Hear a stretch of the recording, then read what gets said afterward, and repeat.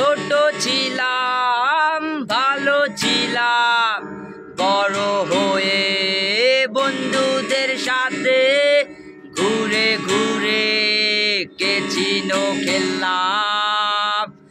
এখন আমি লাভের পর টাকা নিয়ে কেচিনো খেলে সব শেষ করে দিলাম।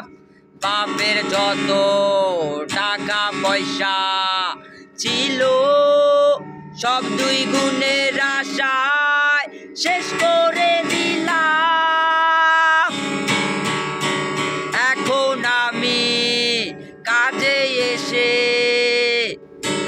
প্রতি মাসে লাভের পর টাকা 10,000 করে দে। লাভ দিতে দিতে আমার জীবন একবারেই শেষ হয়ে গেছে। বাড়ি থেকে খাওয়া দাওয়া বন্ধ করে দিচ্ছে। আহারে কেচিনো,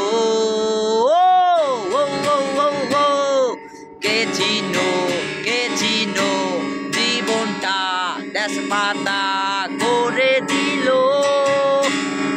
এখন আমি কোথায় যাব, টাকা পয়সা কোথায় পাবো?